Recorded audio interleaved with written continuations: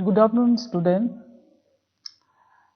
ইতিমধ্যে তোমালোকক কালি পঞ্চমান শ্ৰেণীৰ 10 নম্বৰ পাঠটো অমল ভৱান দাস নামৰ পাঠটো তোমালোকক বুজোৱা হ'ল নহয় জানো তোমালোকে নিশ্চয় পাঠটো বুজি পালা তাৰ যিবোৰ প্ৰশ্ন উত্তৰ আছে তোমালোকে নিশ্চয় কৰিছা নহয় জানো আৰু লগতে এটা শব্দত প্ৰকাশ কৰা আৰু লগতে যিবোৰ তোমাৰ শব্দ অৰ্থ আছে সেইবোৰ পালা তোমালোকে আৰু আশা কৰোঁ তোমালোকে নিশ্চয় ঘৰত পঢ়িছা এইখিনি আজি আহাছো আমি ৰৈ যোৱা অংশখিনি আৰম্ভ কৰোঁ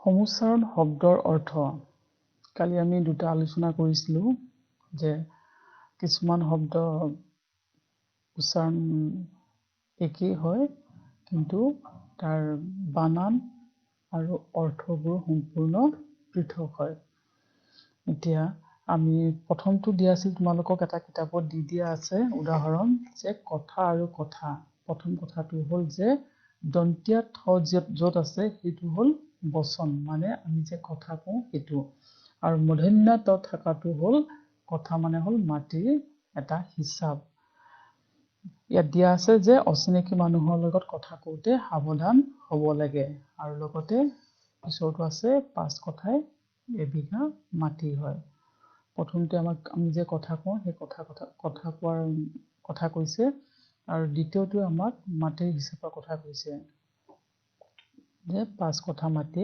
এবিঘা হয় এতিয়া কালি আমি আলোচনা কৰিছিলোঁ যে পাত আৰু পাত প্ৰথম পাতটো হ'ল পত আকাৰে পা দ্বিতীয় ট আৰু দ্বিতীয়টো হ'ল পত আকাৰে পা মূৰ্ধন্য ট হয় নহয় পাত মানে কি পাইছিলোঁ আমি গছৰ পাত মানে গছৰ ডালৰ পৰা ওলোৱা কুমলীয়া অংশ পাত বা পাতল অংশ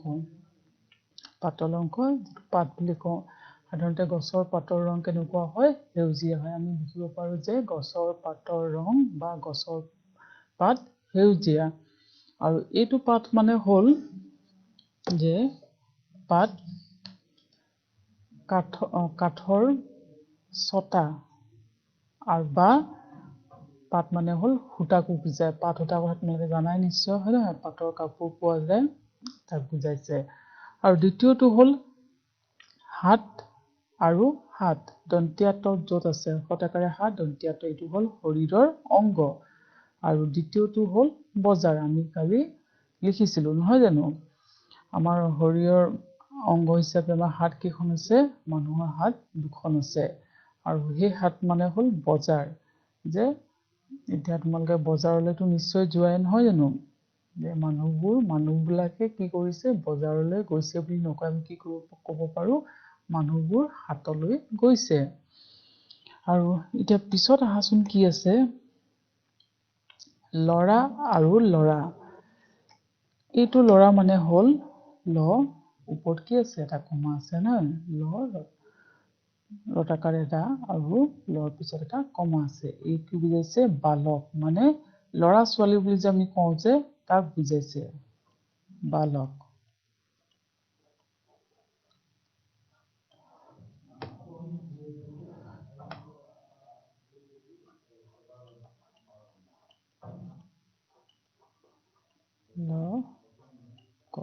বালক ল'ৰা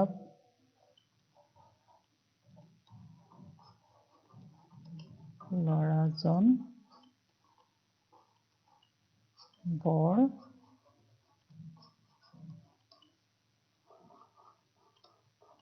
শান্ত স্বভাৱৰ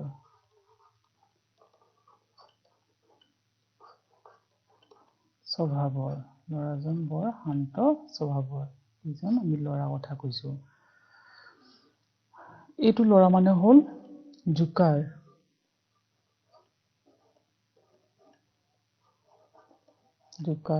বা গেলি সামান্য গেলা যিটো আমি কওঁ ল'ৰা বুলি কওঁ আমি এতিয়া কি বুলি লিখিম এতিয়া ভূমিকম্পই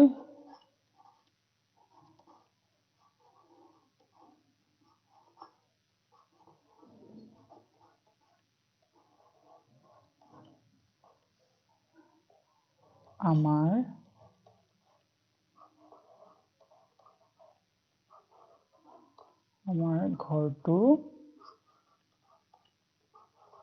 ঘৰটো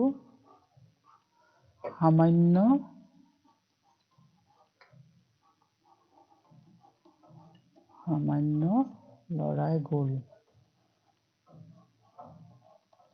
লৰাই গ'ল। ভূমিকম্প অহাৰ ফলত কি হৈছিল, আমাৰ ঘৰটো অলপ জোকাৰণি হৈছিলে, মানে লৰিলে অলপমান, লৰাই গ'ল। এইটো ল'ৰা মানে হ'ল বালক, এইটো ল'ৰা মানে হ'ল জোকাৰ। এতিয়া এইটো ছুটি মানে চোৱা, আমি যে কৰ্তব্যৰ পৰা বিৰতি লোৱা অলপ সময়ৰ কাৰণে, কৰ্তব্যৰ পৰা আঁতৰি থকা।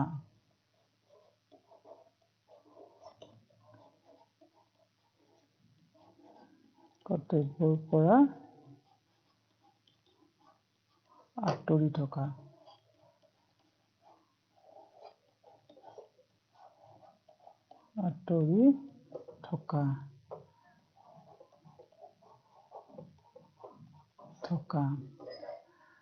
বাক্যত আমি কেনেকে লিখিম?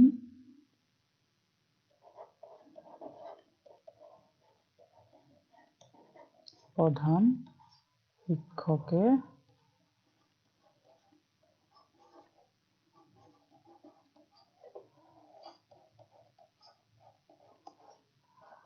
আজি বিদ্যালয়ৰ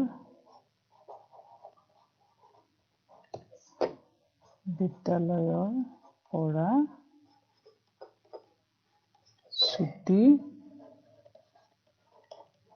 ছুটি ল'লে। মানে আজি কৰ্তব্যৰ পৰা তেওঁ আঁতৰি আছে। আৰু এইটো ছুটি মানে হ'ল চমু। আমি দেখোন কাপোৰ পেঞ্চিলডাল ছুটি।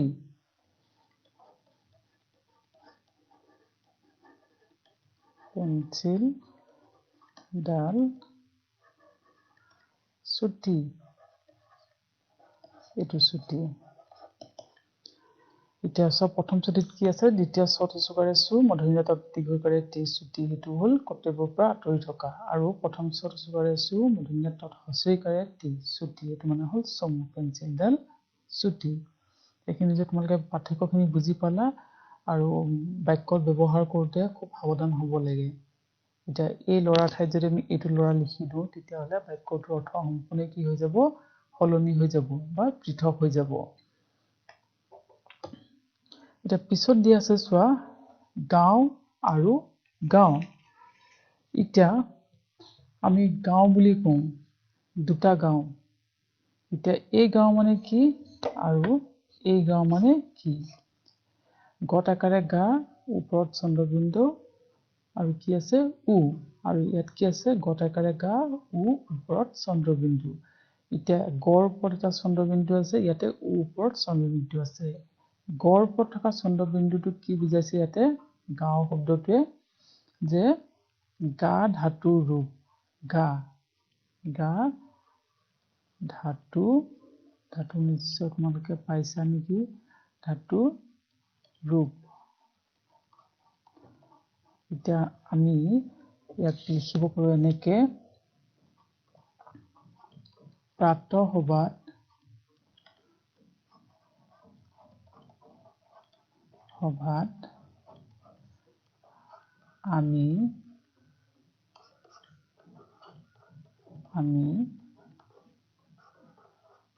আমি কি কৰোঁ?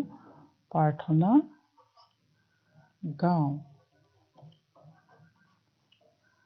গাওঁ। এইটো গাওঁ হ'ব।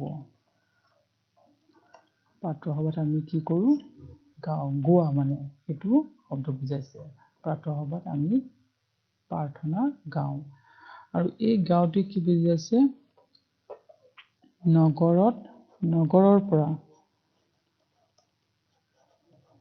নগৰৰ পৰা দূৰত থকা মানুহৰ অৱস্থান। মানুহৰ অৱস্থান নগৰৰ পৰা দূৰত থকা মানুহৰ অৱস্থান এইটো নহয় গাঁও আমি যে কওঁ যে গাঁৱলৈ গৈছিলোঁ বা গাঁৱত থাকি ভাল লাগে আমি বাক্য এটা লিখি দিছোঁ আমি গাঁৱলৈ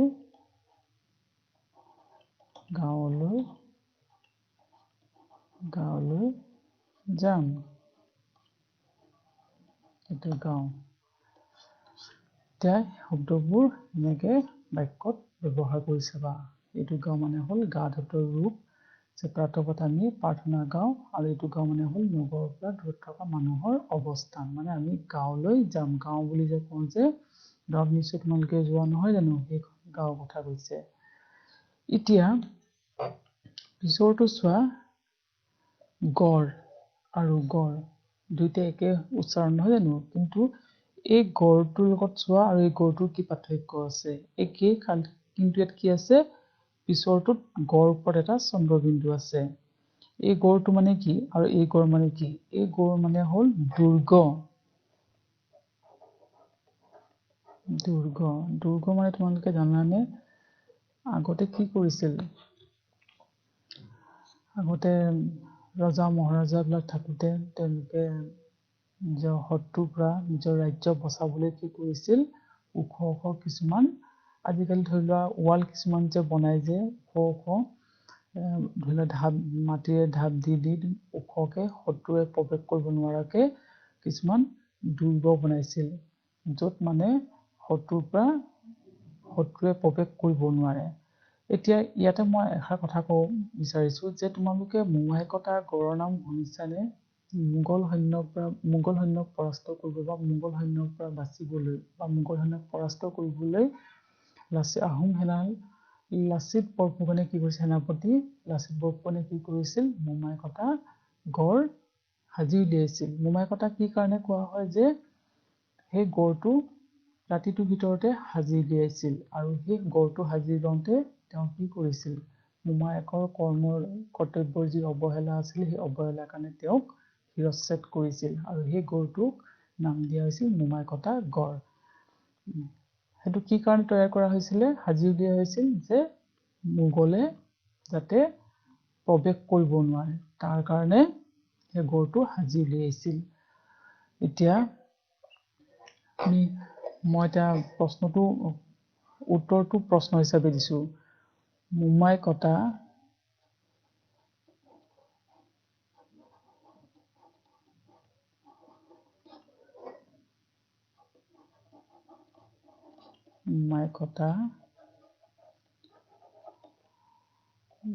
গড়ৰ নাম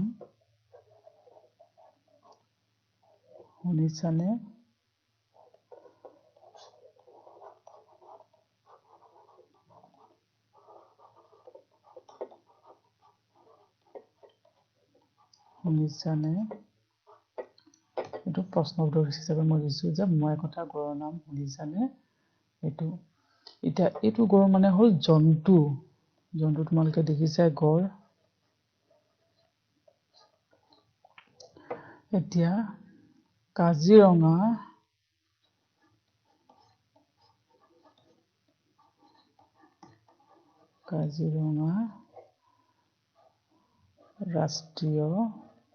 কাজিৰঙাখন ৰাষ্ট্ৰীয় উদ্যান হয়নে ৰাষ্ট্ৰীয়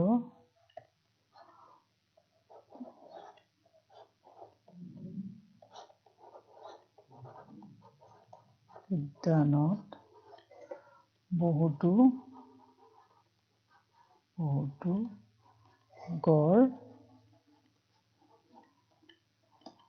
আছে মানে এটা জন্তুটো কথা কৈছে গড় এবিধ জন্তু হয় নহয় এশিঙীয়া গড় অসম কিহৰ কাৰণে বিখ্যাত এশিঙীয়া গড়ৰ কাৰণে বিখ্যাত নহয় জানো তোমালোকে নিশ্চয় গড় দেখিছা চিৰিয়াখানাত দেখিছা এতিয়া আমি এইখিনি পালোঁ সমুচ্চাৰণ শব্দৰ অৰ্থৰ লগতে তাৰ একোটা বাক্য আৰু এনেকৈ তোমালোকে অন্যান্য কিছুমান বাক্য বনাবলৈ চেষ্টা কৰিবা এই শব্দবোৰেৰে আৰু ইয়াৰ ওপৰিঞ্চি আৰু বহুতো এনেকুৱা শব্দ আছে যিবিলাকৰ উচ্চাৰণ সম্পূৰ্ণ একেই কিন্তু তাৰ অৰ্থ সম্পূৰ্ণ বেলেগ। সেইবোৰৰ পাৰ্থক্য তোমালোকে বিচাৰি ল'বলৈ চেষ্টা কৰিবা আৰু বহীত লিখিবা।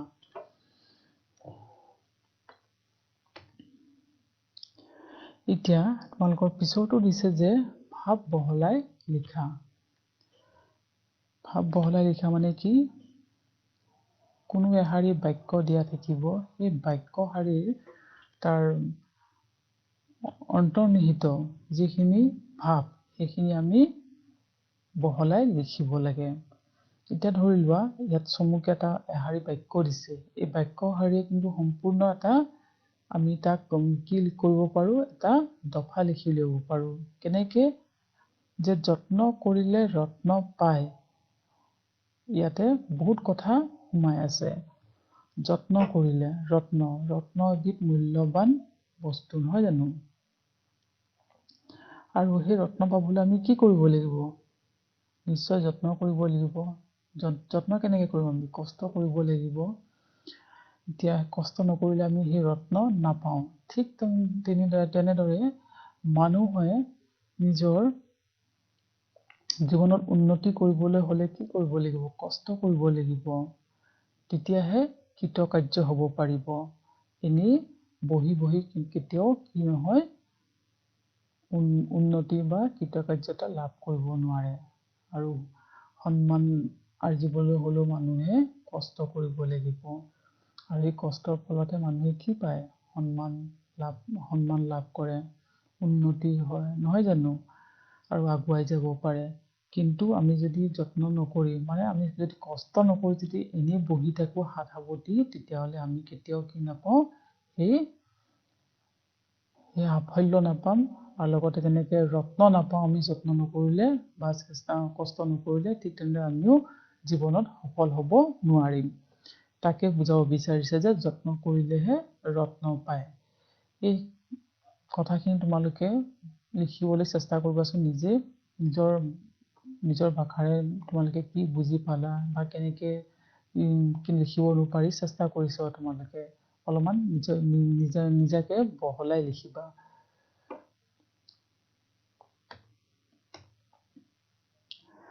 ইয়াত চোৱা তোমালোকৰ এটা দফা দি দিছে।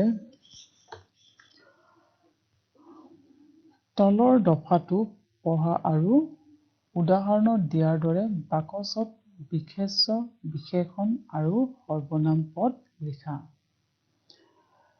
এতিয়া চোৱা, সৰুৰে পৰাই অমলপ্ৰভা দাস পঢ়া শুনাত বৰ চোকা আছিল। সেইবুলি তেখেত অনবৰতে কিতাপ পঢ়ি থকা বিধৰো নাছিল। স্কুল ছুটিৰ পিছত ঘৰলৈ গৈ মাক দেউতাকক কামত সহায় কৰি দিছিল। ফুলনিত গছপুলি ৰোৱা, শাক পাচলিত পানী দিয়া আদি কাম কৰি তেখেতে বৰ ভাল পাইছিল। পঢ়া শুনাৰ লগতে খেলা ধূলা, গান নাচতো তেখেত পাৰ্গত আছিল। এতিয়া অমলপ্ৰভা দাসৰ বিষয়ে আমি এইখিনি পঢ়িছো, নহয় জানো? এই দফাটোকে দি দিছে আৰু আমাক কি কৰিব দিছে? দফাটোৰ পৰা বিশেষ্য, বিশেষণ আৰু সৰ্বনাম পদবোৰ বিচাৰি উলিয়াব দিছে। এতিয়া বিশেষ্য মানেনো কি? আৰু বিশেষণ মানেনো কি? সৰ্বনাম মানে কি? বিশেষ্য মানে হ'ল নাম বুজোৱা পদক কি বুলি কোৱা হয়? বিশেষ্য পদ বুলি কোৱা। পদটো তোমালোকে পাইছাই, নহয় জানো? আৰু নাম বুজোৱা পদ মানে কিনো? কাৰণ বস্তুৰ নাম হ'ব পাৰে, মানুহৰ নাম, ঠাইৰ নাম, নহয় জানো? জন্তুৰ নাম, এই সকলোবোৰে হ'ল বিশেষ্য পদ। আৰু বিশেষণ মানে হ'ল বিশেষ্যৰ যি দুখ গুণ বুজাব, তাকে কি বুলি কোৱা হয়? বিশেষণ পদ বুলি কোৱা হয়। আৰু সৰ্বনাম হ'ল বিশেষ্যৰ সলনি ব্যৱহাৰ হোৱা পদক সৰ্বনাম পদ বুলি কোৱা হয়। এতিয়া চোৱা, বিশেষ্য আমি পালো যে নাম বুজোৱা পদক সি বস্তুৰ নাম হ'ব পাৰে, ঠাইৰ নাম হ'ব পাৰে, জন্তুৰ নাম হ'ব পাৰে, মানুহৰ নাম হ'ব পাৰে। ইয়াত দি দিছে প্ৰথমটো অমলপ্ৰভা। অমলপ্ৰভা মানুহৰ নাম, হয় নহয়? আৰু এনেকুৱা নাম বুজোৱা শব্দ কি কি আছে চোৱাচোন ইয়াতে। স্কুল, শাক পাচলি হ'ব, তোমাৰ ফুলনি হ'ব, পানীও হ'ব, এইবিলাক। স্কুলটো মই এটা লিখি দিছোঁ বাৰু। স্কুল। পাৰ্গত, ইয়াত দিছে বিশেষণ পাৰ্গত। আৰু কি আছে বাৰু এনেকুৱা বিশেষৰ দুখ গুণ বুজাব লাগিব। পাৰ্গতটোৱে কি বুজাইছে? গুণ বুজাইছে, নহয় জানো? যে অমল বৰুৱা দা কি আছিলে? পঢ়া শুনাৰ লগতে খেলা ধূলাটো পাৰ্গত আছিল। এতিয়া আৰু কি আছে? চোকা। চোকা শব্দটো আছেনে? চোকা, এইটো চোকা। আৰু বিশেষৰ সলনি ব্যৱহাৰ হোৱা পদ। ইয়াতে আমি অমল বৰুৱাৰ সলনি কি ব্যৱহাৰ কৰিছে? তেখেত। বাৰে বাৰে আমি নামটো ব্যৱহাৰ কৰা নাই, তাৰ সলনি তেখেত ব্যৱহাৰ কৰিছো, নহয় জানো? এতিয়া আৰু চোৱাচোন আছে নেকি কিবা ইয়াতে? তেখেতৰ পিছত আৰু কিবা আছে নেকি? তোমালোকে এনেকে বিচাৰি চাবলৈ চেষ্টা কৰিবা। ঠিক আছে?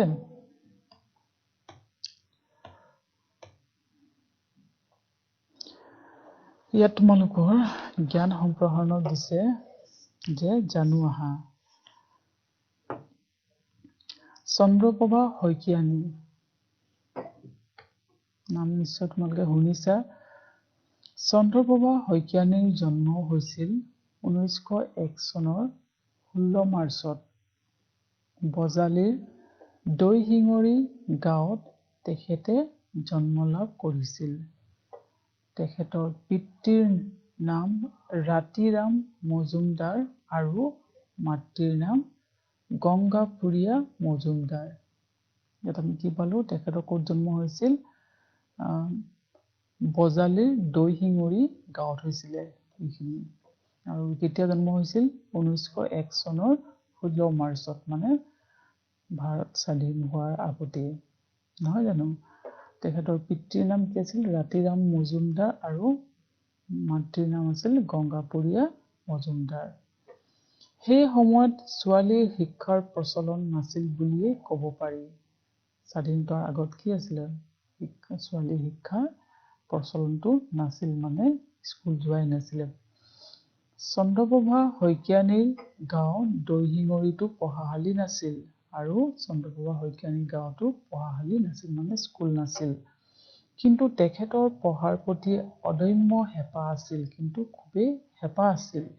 সেইকাৰণে তেখেতে মাহীয়েকৰ ঘৰত থাকি প্ৰাথমিক শিক্ষা লাভ কৰিছিল। মাহীয়েকৰ ঘৰত থাকিয়ে প্ৰাথমিক শিক্ষা লাভ কৰিছিল। সেই সময়ত ছোৱালীবিলাকক বেছি এটা শিক্ষা দিয়া হোৱা নাছিল বা স্কুল যোৱা নাছিল, খুব কমহে গৈছিল। আৰু মাহীয়েকৰ ঘৰত থাকি প্ৰাথমিক শিক্ষা লাভ কৰিছিল। প্ৰাথমিক শিক্ষাৰ পাছত আৰু শিক্ষা ল'বলৈ ওচৰতে এম.ই. স্কুল নাছিল। কিন্তু তেখেতে ঘৰতে বহি দিন নকটাই এটা ভাল কাম কৰিবলৈ সিদ্ধান্ত ল'লে। সেইমতে তেখেতে দৈশিঙৰি গাঁৱৰ আন ছোৱালীবিলাকৰ বাবে এখন প্ৰাথমিক স্কুল আৰম্ভ কৰিলে। আৰু তেওঁ ভাবিলে যে এম.ই. স্কুলটো নাই, এতিয়াতো পঢ়া নহ'ব, সেইবুলি আৰু বহি থাকিব নোৱাৰি। আৰু কি কৰিলে?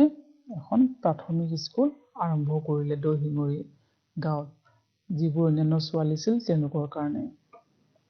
এই সুযোগতে গাঁৱৰ ছোৱালীবিলাকে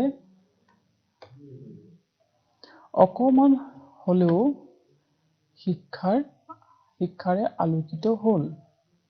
এদিন বিদ্যালয় উপ-পৰিদৰ্শকে চন্দ্ৰপ্ৰভা শইকীয়ানীৰ স্কুলখন পৰিদৰ্শন কৰিলে। আৰু সেই যিখন স্কুল তেওঁ স্থাপন কৰিছিল, সেই স্কুলখনত এদিন উপ-পৰিদৰ্শক আহিলে। উপ-পৰিদৰ্শকে কম বয়সীয়া মানুহগৰাকীৰ সমাজসেৱাৰ মনোভাৱ দেখি আচৰিত হ'ল। তেখেতে চন্দ্ৰপ্ৰভা শইকীয়ানীয়ে যাতে পুনৰ পঢ়া শুনা আৰম্ভ কৰিব পাৰে, তাৰ বাবে জলপানী পোৱাৰ সুবিধা কৰি দিলে। সেয়ে উপ-পৰিদৰ্শকে আহি দেখিলে যে ইমান কম বয়সতে স্কুল এখন খুলি কি কৰিছে? তাৰ গাঁৱৰ ছোৱালীবিলাকক শিক্ষা দি আছে, আৰু এই এটা সমাজসেৱা কাম, নহয় জানো? এই সমাজসেৱা কাম মনোভাৱ দেখি তেওঁ আচৰিত হ'ল আৰু তেওঁৰ আগলৈ পঢ়া শুনা যাতে কৰিব পাৰে তাৰ কাৰণে তেওঁ জলপানী মানে হ'ল স্কলাৰশ্বিপ বুলি যে কয় সেই তাৰ সুবিধা কৰি দিলে। চন্দ্ৰপ্ৰভা শইকীয়ানীয়ে নগাঁৱৰ মিছন স্কুলত পুনৰ পঢ়া শুনা আৰম্ভ কৰিলে। তাৰ পৰাই তেখেতে নৰ্মাল পাছ কৰি শিক্ষকতাৰ জীৱন আৰম্ভ কৰিলে। এইগৰাকী মহিলাই পাছলৈ নাৰীসকলক সমাজলৈ উলিয়াই আনিবলৈ মহিলা সমিতি গঠন কৰিলে। দেশৰ স্বাধীনতা সংগ্ৰামত সক্ৰিয় অংশগ্ৰহণ কৰা চন্দ্ৰপ্ৰভা শইকীয়ানী এগৰাকী সুলেখিকাও আছিল। আৰু তেওঁ সেই যি জলপানী পালে তাৰপিছত কি হ'ল, নগাঁৱৰ মিছন স্কুলত তেওঁৰ পঢ়া শুনা আকৌ আৰম্ভ হ'ল। তাৰপিছত তেওঁ নৰ্মাল পাছ কৰিলে। নৰ্মাল মানে হ'ল তেওঁ শিক্ষকতা জীৱন আৰম্ভ কৰিবলৈ হ'লে এইটো পৰীক্ষা পাছ কৰিব লাগিব, তেতিয়াহে এগৰাকী শিক্ষয়িত্ৰী বা শিক্ষক হ'ব পাৰিব। আৰু ইয়াৰ পিছত তেওঁ কি কৰিলে, মহিলা সমিতি গঠন কৰিলে। কেনেকৈ নাৰীসকলক যাতে সমাজলৈ উলিয়াই আনিব পাৰি তাৰ কাৰণে মহিলা সমিতি গঠন কৰিলে। আৰু এই স্বাধীনতা সংগ্ৰামত যি সক্ৰিয় অংশগ্ৰহণ কৰিলে, তেওঁ সক্ৰিয় অংশগ্ৰহণ কৰিছিল। লগতে শইকীয়ানী এগৰাকী সুলেখিকাও আছিল। ইয়াত আমি দেখিলোঁ যে চন্দ্ৰপ্ৰভা শইকীয়ানী কেনেকৈ তেওঁ প্ৰাথমিক শিক্ষা শেষ কৰি স্কুল স্থাপন কৰিলে বা অন্যান্য ছোৱালীসকলৰ কাৰণে, নহয় জানো? আৰু তেওঁ এই সমাজসেৱাৰ কাম দেখি উপপৰিদৰ্শকে খুবেই কি হ'ল, আচৰিত হ'ল। লগতে তেওঁ আৰু পুনৰ পঢ়া শুনাৰ কাৰণে জলপানীৰ ব্যৱস্থা কৰি দিলে। এইদৰে তেওঁ মহিলাসকলক উলিয়াই আনি মহিলা সমিতি গঠন কৰিলে আৰু স্বাধীনতা সংগ্ৰামতো সক্ৰিয় অংশগ্ৰহণ কৰিছিল। লগতে তেওঁ এগৰাকী কি আছিলে, লেখিকাও আছিলে এগৰাকী। এতিয়া আমি অমলপ্ৰভা দাসৰ বিষয়ে পালোঁ আৰু লগতে চন্দ্ৰপ্ৰভা শইকীয়ানীৰ বিষয়েও পালোঁ, নহয় জানো? দুয়োগৰাকীকে আমি দেখিছোঁ যে তেওঁলোকে সমাজ হিতৰ কামত খুবেই নিয়োজিত হৈছিল। এতিয়া আমাক উত্তৰ দিয়া দিছে ইয়াতে কিছুমান, যে চন্দ্ৰপ্ৰভা শইকীয়ানীৰ জন্ম ক'ত আৰু কেতিয়া হৈছিল? নিশ্চয় আমি পাঠটো পাইছোঁ, নহয় জানো? ইয়াত কি পাইছোঁ, যে চন্দ্ৰপ্ৰভা শইকীয়ানীৰ জন্ম ক'ত হৈছিল, কেতিয়া হৈছিল? বজালীত হৈছিলে নে?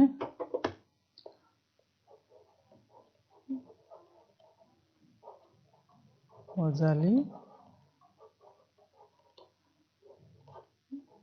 দৈশিঙৰি গাঁৱত। কেতিয়া? গাঁৱত 1901 চনৰ 16 মাৰ্চত হৈছিলে। চন্দ্ৰপ্ৰভা শইকীয়ানীৰ জন্ম বজালীৰ দৈশিঙৰি গাঁৱত 1901 চনৰ 16 মাৰ্চত হৈছিলে। এতিয়া তেখেতে প্ৰাথমিক শিক্ষা কেনেকৈ লাভ কৰিছিল? মাহীয়েকৰ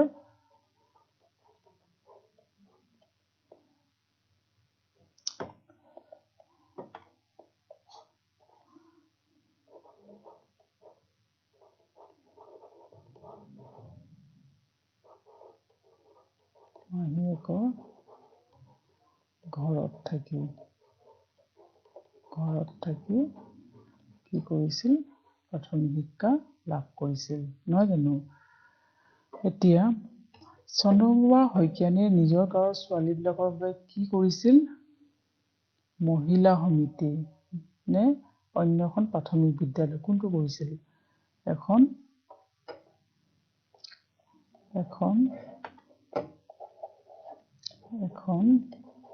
প্ৰাথমিক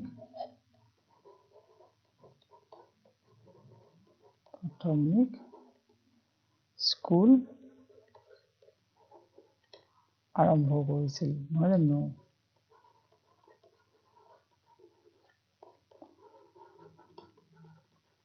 তোমালোকে লিখিবাচোন মই দেখাই দিছোঁ তোমালোকক এইখিনি কৰিছিল এখন প্ৰাথমিক স্কুল আৰম্ভ কৰিছিল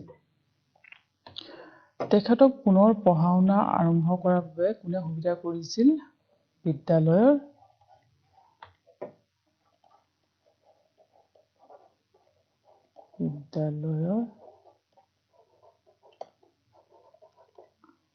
উপপৰিদৰ্শকে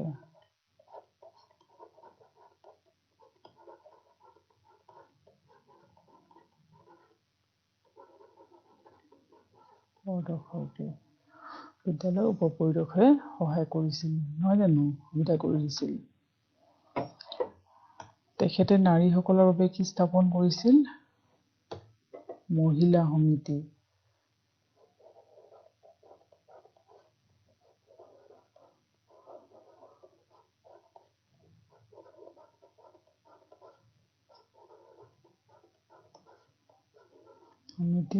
স্থাপন কৰিছিল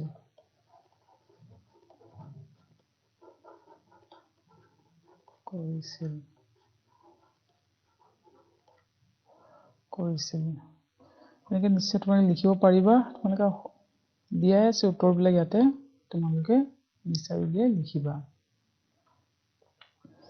এতিয়া চোৱা অমলপ্ৰভা দাস আৰু চন্দ্ৰপ্ৰভা শইকীয়ানীৰ কি দিশত মিল আৰু কি দিশত অমিল আছে অমিল দেখিছা লিখা এতিয়া দেখিছো আমি তেওঁলোকে সমাজহিতৰ কামত খুবেই নিয়োজিত হৈছিল আৰু অকল পঢ়া শুনা বুলিয়ে নহয় তেওঁলোকে নাচ গান ফুলত পানী দিয়া গছ পুলি ৰোৱা আদি কামতো তেওঁলোকে কি কৰিছিল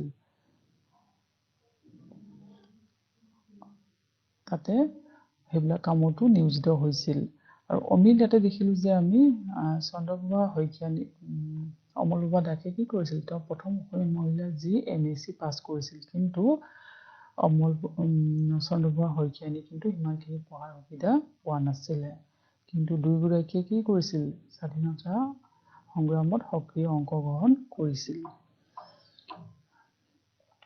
গান্ধীজীয়ে যঁতৰত সূতা কাটিছিল যঁতৰৰ উপৰি আৰু কিহেৰে সূতা কাটিব পাৰি যঁতৰৰ উপৰিও আমি হাতেৰে কি কৰিব পাৰো হাতেৰেও সূতা কাটিব পাৰো আজিকালিতো মেচিনে আছে নহয় জানো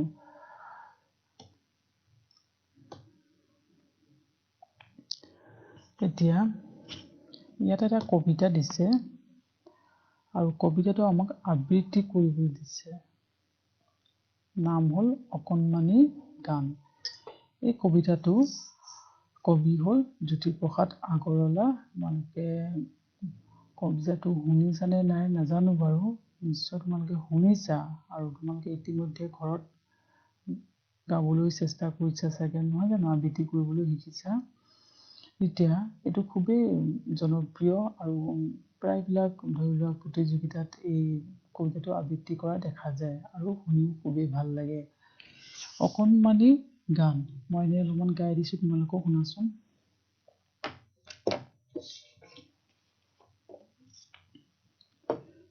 মা মই আজি সোণবৰণৰ সপোন দেখিলো তোৰ আঙুঠিৰ ৰঙা পাখৰ পাখি পিন্ধি উৰা দেখিলো মা অ মা তোৰ যে মা ৰঙা বগা হালধীয়া কেচ বচীয়া ৰিহা এখন আছিল তাৰ নিচিনা চৰাই এটাই মোৰ কাষলৈ আহিল মা অ মা মই তোক বুলিলে সি কুটুক কুটুক কৰে আৰু ঘূৰ বুলিলে লৰ মাৰি গৈ ফুৰ ফুৰকৈ উৰে বুইছ মা তাৰ চকু দুটা ঠিক তোৰ আঙুঠিৰ বাখৰ আৰু গোটেই গাতে অকা পকা সোণৰ ৰূপৰ আখৰ এতিয়া আৰু এবাৰ পঢ়ি দিছো শুনা বাৰু মা অকণমানিৰ গান মা মই আজি সোণবৰণৰ সপোন দেখিলো তোৰ আঙুঠিৰ ৰঙা বাখৰ পাখি পিন্ধি উৰা দেখিলো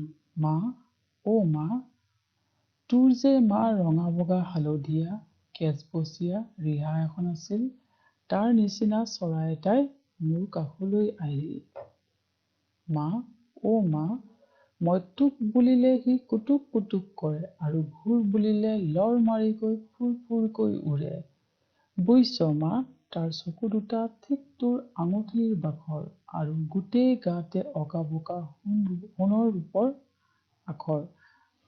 কবি জ্যোতিপ্ৰসাদ আগৰৱালা। তোমালোকে সেইটো আবৃত্তি কৰিবলৈ ঘৰত শিকিবাচোন, চেষ্টা কৰিবা অলপমান, পাৰিবা নিশ্চয়।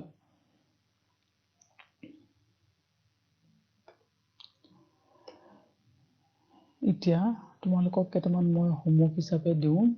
এইখিনি এতিয়া গোটেই প্ৰশ্ন উত্তৰ কৰি দিয়াৰ কোনো হেৰি নাই বাৰু, কৰি দিব নালাগে। কিছুমান তোমালোকেও নিজে চেষ্টা কৰিব লাগে, নহয় জানো? আৰু তোমালোকে পেপাৰ পত্ৰ নিশ্চয় পঢ়া, টিভিত বাতৰি চোৱা চাগে তোমালোকে, আৰু নিশ্চয় তোমালোকে জানিবা এইখিনি, আৰু নাজানিলে তোমালোকৰ অভিভাৱকৰ সহায় ল'বাচোন। আৰু এইখিনি তোমালোকক মই হোমৱৰ্ক হিচাপে দিছোঁ, এইখিনি তোমালোকে ঘৰত কৰিবা। চোৱা, তোমাৰ ৰাজ্যৰ বিভিন্ন দিশত পাৰদৰ্শিতা দেখুওৱা মহিলাসকলৰ নাম শিক্ষক অভিভাৱকৰ সহযোগত তলত লিখা। এতিয়া নৃত্যত আমাৰ ৰাজ্যত কোন কোন মহিলা পাৰদৰ্শিতা দেখুৱাইছে, তেওঁলোকৰ যিকোনো দুগৰাকীৰ নাম লিখিবলৈ চেষ্টা কৰিবা। দুগৰাকীৰ নাম লিখিব নোৱাৰিলেও এগৰাকীৰ নাম লিখিবলৈ তোমালোকে চেষ্টা কৰিবা। গীতত কোন মহিলাই পাৰদৰ্শিতা দেখুৱাইছে, ঠিক নে বাদ্যত, খেল ধেমালিত, কবিতা ৰচনা কৰাত, গল্প লিখাত, সাঁতোৰাত, এইবোৰ তোমালোকে আজিকালি বাতৰিত নিশ্চয় শুনি থাকাই, আৰু টিভিতো তোমালোকে এইবোৰ শুনিছা, আৰু তোমালোকে লিখিবলৈ এইখিনি চেষ্টা কৰিবা। আৰু প্ৰকল্প হিচাপে দিছে, চোৱা, পাঠত থকা বিশেষ্য, বিশেষণ আৰু সৰ্বনাম পদবোৰেৰে তলৰ তালিকাৰ দৰে এখন তালিকা তৈয়াৰ কৰা। বিশেষ্য, বিশেষণ আৰু সৰ্বনাম পদৰ তালিকা। তোমালোকক মই কৈছোৱে, বিশেষ্য মানে হ'ল যে নাম বুজোৱা পদক বিশেষ্য পদ বুলি কোৱা হয়। ই হয়তো বস্তুৰ নাম হ'ব পাৰে, মানুহৰ নাম, জন্তুৰ নাম, নহয় জানো, ঠাইৰ নাম, সেয়া হ'ব পাৰে। আৰু বিশেষণ হ'ল বিশেষ্যৰ দুৰ্গুণ বুজোৱা পদক বিশেষণ পদ বুলি কোৱা হয়। আৰু সৰ্বনাম হ'ল বিশেষ্যৰ সলনি ব্যৱহাৰ হোৱা পদক সৰ্বনাম পদ বুলি কোৱা হয়। তোমালোকে পাঠটো পঢ়িবা আৰু পাঠটোৰ পৰা কোনবোৰ বিশেষ্য পদ আছে বিচাৰি উলিয়াই ইয়াত লিখিবা। লগতে বিশেষণবোৰো লিখিবা, সৰ্বনামবোৰো লিখিবা। নিশ্চয় তোমালোকে পাৰিবা বুলি আশা কৰিলোঁ, আৰু চেষ্টা কৰিবা এইখিনি। তোমালোকক এই দুটা মই হোমৱৰ্ক হিচাপে দিছোঁ, আৰু তোমালোকক যুক্তাক্ষৰ থকা শব্দ লিখিবলৈ দিছিলোঁ কালি, সেইখিনি নিশ্চয় তোমালোকে লিখিছা চাগৈ, নহয় জানো? এতিয়া আমাৰ পাঠটো সম্পূৰ্ণ শেষেই হৈছেগৈ। আমি ইয়াতে কি পালোঁ, চন্দ্ৰপ্ৰভা শইকীয়ানীৰ বিষয়েও পালোঁ, আৰু অমলপ্ৰভা দাস, তেওঁৰ বিষয়ে আমি তেওঁৰ জীৱনী পঢ়িলোঁ অলপ হ'লেও, আৰু লগতে চন্দ্ৰপ্ৰভা শইকীয়ানীৰ বিষয়ে আমি পঢ়িলোঁ। তেওঁলোকৰ সমাজলৈ কি কি অৱদান আগবঢ়াইছে তাকো আমি পঢ়িলোঁ, আৰু লগতে কেনেকৈ তেওঁলোকে শিক্ষাৰ ক্ষেত্ৰত আগবাঢ়ি গৈছিল, সেই সময়ত যি সময়ত ছোৱালীবিলাকক কি কৰা নাছিলে, পঢ়াশালীলৈ পঠোৱা নাছিলে, সেই সময়ত তেওঁলোকে পঢ়ি শুনি খুবেই ভাল নাম কৰিছিল, নহয় জানো? আমি প্ৰশ্নোত্তৰখিনিও কৰিলোঁ, এটা শব্দত প্ৰকাশ কৰা, বিশেষ্য, বিশেষণ আৰু সৰ্বনামৰ বিষয়ে জানিলোঁ, আৰু লগতে যিখিনি তোমালোকক হোমৱৰ্ক হিচাপে দিয়া হৈছে সেইখিনি তোমালোকে কৰিবা বুলি আশা কৰিলোঁ। আজি ইয়াতে সামৰিলোঁ, ধন্যবাদ।